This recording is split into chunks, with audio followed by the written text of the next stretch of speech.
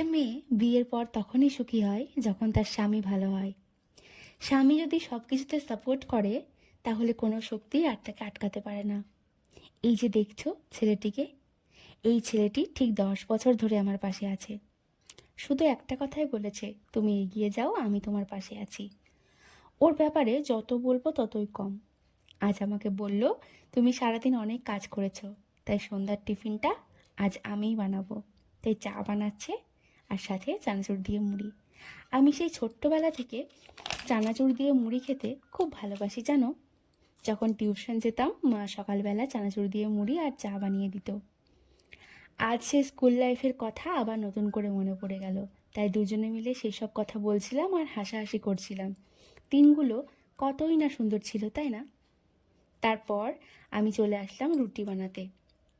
সত্যি বলতে আমি যে রান্না বান্না সংসারের কাজ কোনো দিন ভাবিনি এতটা সামলাতে পারবো। কিন্তু মেয়ে হয়ে যেহেতু জন্মেছি, সব তো একদিন না একদিন করতেই হতো, তাই না? কিন্তু দেখো, যে মেয়েটা লাইফে নাচ আর মেকআপের বাইরে কিচ্ছু পারতো না, আজ সে গোটা পরিবারের দায়িত্ব নিয়েছে। তো কথা বলতে বলতে আমার কাজ অনেকটা এগিয়ে গেছে। আমি রুটিগুলো করেও ফেলেছি। আজকে ওর বায়না ছিল সিমুইয়ের পায়েস। ও সিমুইয়ের পায়েস খেতে ভীষণ ভালোবাসে। আমাকে বলল, আজকে একটু সিমুইয়ের পায়েস আর রুটি বানাবে? আমি বললাম, কেন বানাবো না, একদম এক্ষুনি বানিয়ে দিচ্ছি। তাই বানিয়ে ফেলেছিলাম।